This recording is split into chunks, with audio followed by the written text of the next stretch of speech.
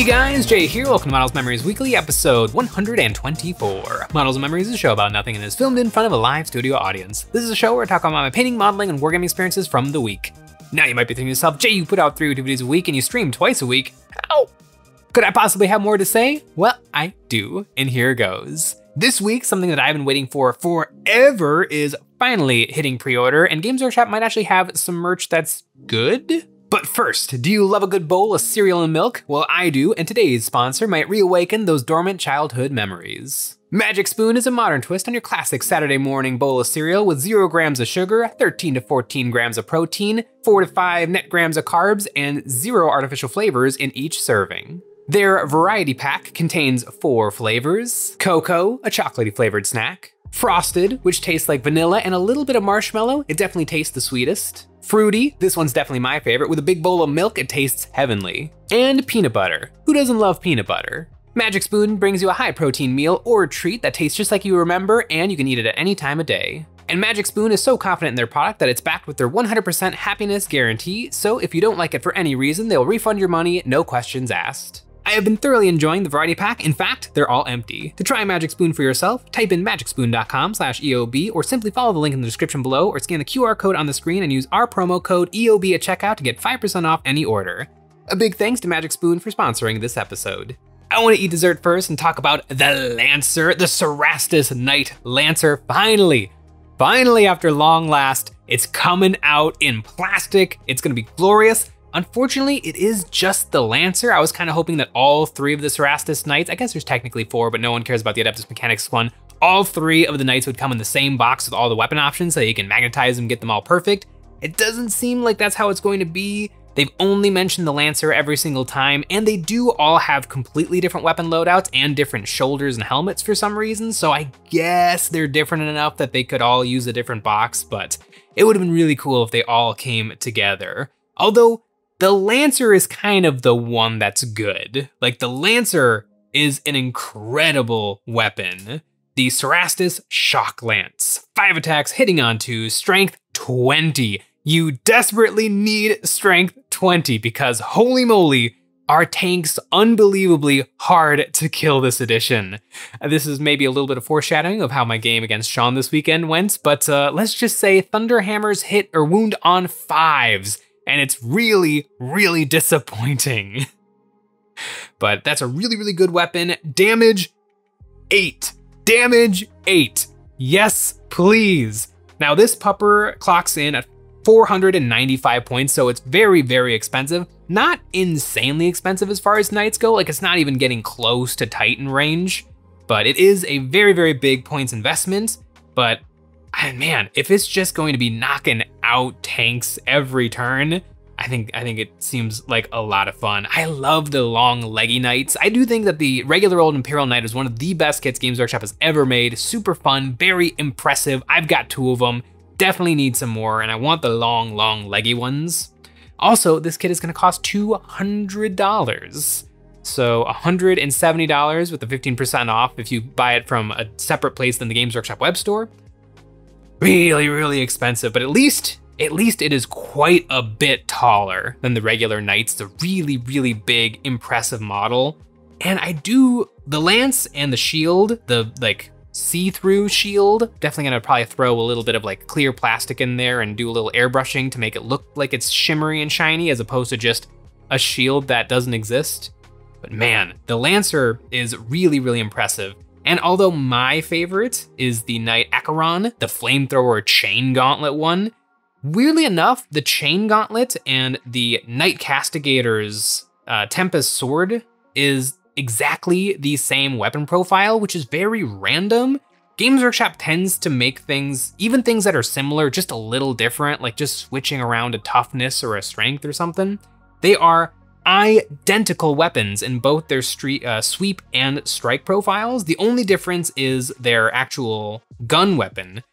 The flamethrower, I love the idea of a giant, big, stompy robot with flamethrower. I'm really tempted to just do it anyway and take the flamethrower, even though it is objectively bad. It's objectively bad for a knight weapon. 2d6 attack, strength 8, AP -1, damage 2. the 2d6 attacks means I'm gonna be getting 2 attacks a turn because I roll really, really badly. But also it's just bad, like statistically. Like if you only are shooting this, you know, once a turn for around 5 or 6 turns, you're gonna get about 6 attacks. 6 attacks with only -1 AP. So your opponent's gonna get their save. It's not gonna do that much, but it's a flamethrower on a giant robot. Like, I just love it by the looks of it. Like, it's just an amazing thing. The Castigator bolt cannon is just demonstrably better. 18 shots, only strength 6, but AP -2, damage 2. That's gonna do a much better job at killing Space Marines. But it's still, you know, it's still not the most amazing thing. And the flamethrower one does come with heavy bolters, twin heavy bolters. So you get some extra attacks, just 3 heavy bolt shots. It's not amazing. The Lancer is almost certainly the one to go for if you want to run a Cerastus, just because of that amazing damage 20 strike with its lance. But the other knights are probably outclassed just by the regular knights taking a lot of actual gun type weapons. But I just love those long, long legs. And the flags, it comes with dick flags, which usually the knights do, but all of the titans are like, they're shown off with dick flags. Don't come with it. You have to make it up yourself. It's crazy that they can like that they're showing off kit bashes, and then you purchase these $1,000 models and then they don't come with it. It's craziness. But yeah, very, very excited for the Lancer. The last time I bought an Imperial Knight, I built it and put it together in 24 hours. We did a video on it and it was glorious and very agonizingly tiring. But you know, I think the Cerastus I'll do it again. I'll do another 24-hour night and we will see. We will see exactly what happens. I've already picked out what chapter, the Titans don't call themselves chapter, which household I want to do. Suture Vora, which is technically a chaotic chapter, but I'm gonna run it loyalist. It's the Hot Rod Flame Knights. They're really, really cool. But yeah, really like the Lancer. I'll probably go with the Lancer. I won't wait around for the flamethrower one because I have so many things in my armies that are just better than a 2d6 flamethrower that has anti-armor 1, but yeah, really looking forward to the plastic Cerastus. Always love this knight. It's always been sitting like in my shopping cart on Forge World, and I've just never ever wanted to pull the trigger. And it used to be $300, so being made out of a much better material plastic and dropping $100, that's definitely a thumbs up in my book. $200 is still horribly expensive. For $200, you could get the old Indomitus box, which was $200 and came with a lot of miniatures. But I guess that was 3 years ago. The long legs. But speaking of anti-armor and tanks being very hard to kill, remember last week when I talked about how I was going to absolutely destroy Sean in my first game of 10th edition with my Black Templar, my pride and joy, the army that I fall asleep to every night thinking about how awesome they're gonna be on the tabletop. Well, in the game, it ended in my turn 2. I got absolutely tabled. Oh, it was a little bit of a crushing defeat for the Black Templar. Sean was playing his Imperial Guard with his Lord Solar Leontis, and probably the MVPs, kind of every single unit in his army was an MVP because I didn't kill a single one of his units. I did wipe out 1 guard squad, but they did immediately come back to life using his stratagem that lets Imperial Guard units who are destroyed be set up in tactical or strategic reserve and then be brought back onto the battlefield. So he got first turn. He always gets first turn. I plan for it. And he got first turn and immediately wiped out both of my Rhino, my Razorback, and a squad of Space Marines. Then it was my turn. I deep struck my units in like a professional. They ended up on the tabletop and things were turning around just a little bit. I wiped out 1 squad of guard, took some wounds off of his Lehman Russ, and then he took another turn and wiped my army off the board. It was a pretty brutal defeat. I conceded at the top of my turn 2 because I no longer had anything on the board. Basically, I had like 2 squads of Space Marines with 1 or 2 Space Marines left in those squads. I think I'm gonna try again. I'm gonna keep trying, and I'm going to win. I am going to get good at 10th edition. I'm kind of a fundamentally bad player of Warhammer 40,000 because I am very much about the rule of cool and wanting to make kind of fun, fluffy armies. And so I'm not very good at cheese or like making sure that everything synergizes just right, but I'm gonna get there. I'm gonna get there, I'm gonna win a game, and it is gonna be glorious. The biggest problem I ran into is just his Earthshaker cannons on the basilisks they're just really good. I mean, D6 plus 3 blasts, so often it's like 7 to 13 attacks coming at me. Just las cannon shots, hitting on 2s, rerolling 1s, wounding on 2s, insta-killing Space Marines. It's pretty brutally effective. And at 1,000-point games, which is what we've been playing at, it's hard to take a good number of Space Marine bodies, especially when I want to have those bodies in transports or in Deep Strike Reserve just so that they don't get insta-blown off the board. It's an uphill battle, to say the least. And his Lehman Russ is no slouch, because that gun also has, it's like a D6 plus 3 blast las cannon shots. So any shots that just go through, just insta-kill anything they aim out. And with the kind of weirdness of Games Workshop's all war gear being free also means that the Lehman Russ has a las cannon sponson and 2 multi-melt sponsons, which you would never take before because they're wildly expensive for not much payoff, but because it's free, you just take it and all of a sudden, it's a very scary unit rolling its way up the board. I got it down to 4 wounds though. I gave it everything in my army, and I got it down to 4 wounds. So if the game had continued and I actually had other units left in my army, that thing would have gone down and it would have been amazing. But alas, Sean wins another weekend game of Warhammer 40,000, but soon. Soon I will defeat him.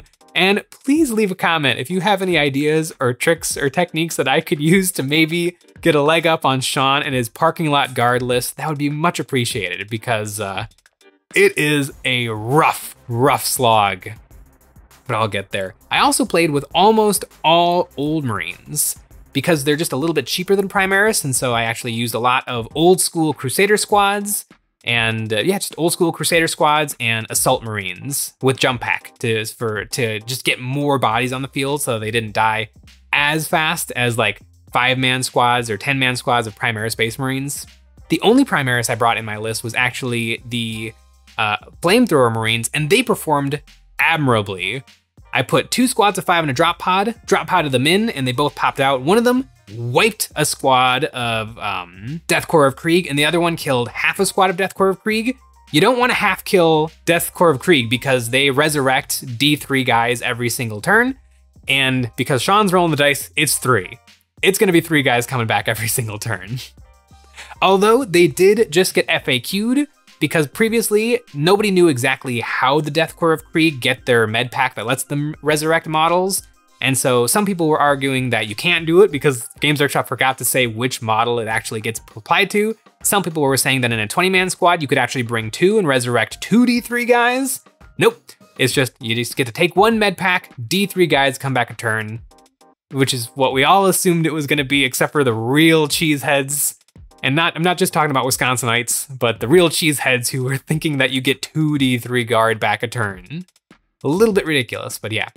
The guard have access to some pretty good stuff, but so this is why I'm kind of bad at 40k. Black Templar are a top tier army, and the Imperial Guard are kind of struggling right now in terms of the most competitive played games of Warhammer 40,000.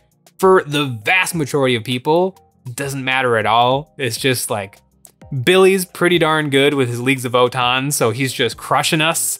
And even though they're, the best players in the world are struggling with Votann, it doesn't really matter if Billy happens to be a lot better than you are at the game. And just replace Billy with Sean and Votann with Guard. And then you know exactly what's going on in my life right now. But speaking of things that are going on in my life right now, Games Workshop came out with some new merch. Games Workshop has been steadily increasing the amount of just kind of general swag they produce.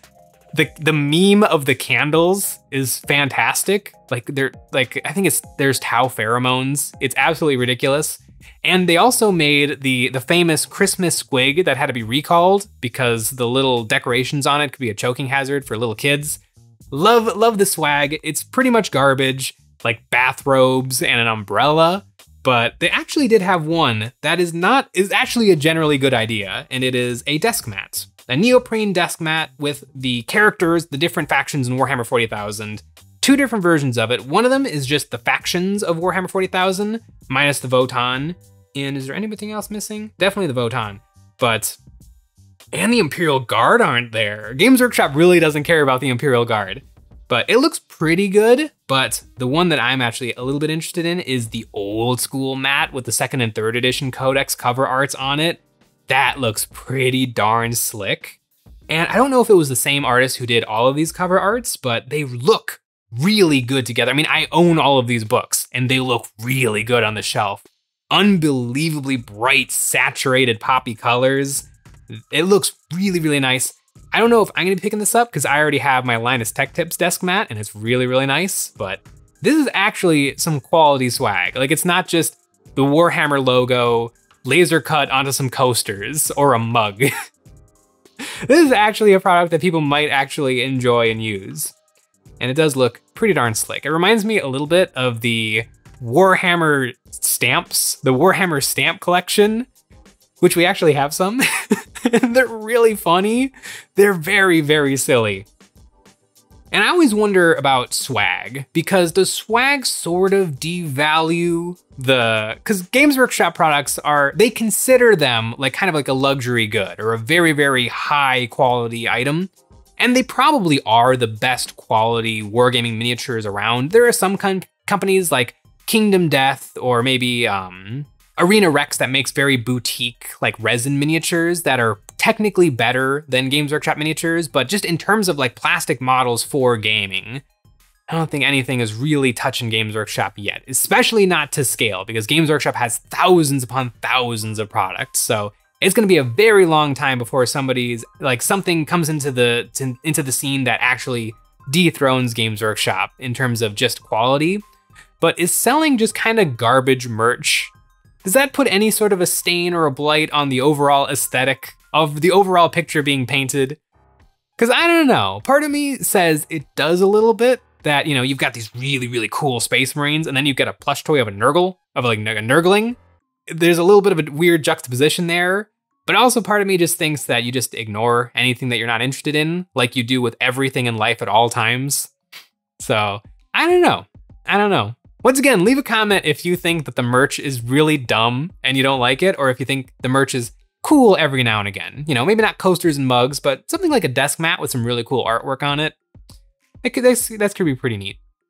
I know Nick is planning on picking one of these up to replace his anime waifu desk mat that he uses right now. So I think this will look spiffy in its place. But speaking of things that look absolutely spiffy, that's right, our Patreon. Over there, we have a new STL terrain pack every single month, and this month we have the Corpse Cannery, a grimdark factory that makes food for humans, from humans. Very grimdark. We also make one episode of Eons of Battle every single week where we take a look at our viewers' miniatures and give some ideas and critiques of how to improve their painting. We host live Discord hangouts, and we have a tier where you can get your name on one of my Black Templar Space Marines, and you can join the crusade and the never-ending fight to defeat Sean in Warhammer 40k. We also stream twice a week on Twitch every Tuesday and Thursday from 5:30 to 8 p.m. Central Time, so come hang out to see some painting and talk nerd. One day I'll beat Sean. And you know what? It'll probably be next weekend. You heard it here first, people. Bye.